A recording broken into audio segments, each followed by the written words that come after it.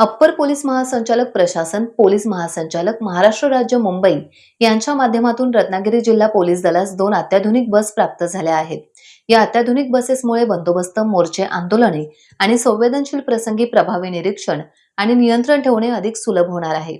सदर सर्व्हिलन्स बस पोलीस दलाच्या कार्यपद्धतीनुसार आवश्यक ते बदल करून विशेषरित्या सुसज्ज करण्यात आलेल्या आहेत.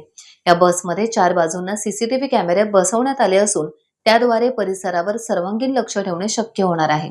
बसच्या आतून शिडीची सुविधा देण्यात आली असून छतावर सहज उघडता येतील अशी फोल्डेबल रेलिंग बसवण्यात आलेली आहे. यामुळे काही क्षणात सुरक्षित निरीक्षण मंच तयार करता येतो. तसेच छत्री बसवण्यासाठी स्वतंत्र आणि नियोजित जागा उपलब्ध करून देण्यात आली असून या मंचावर उभे राहून पोलीस अधिकारी आणि अंमलदार प्रभावीपणे बंदोबस्ताचे निरीक्षण करू शकणार आहेत. या अत्याधुनिक बसचे उद्घाटन माननीय पोलीस अधीक्षक श्री नितीन बगाटे यांच्या शुभ हस्ते करण्यात आले.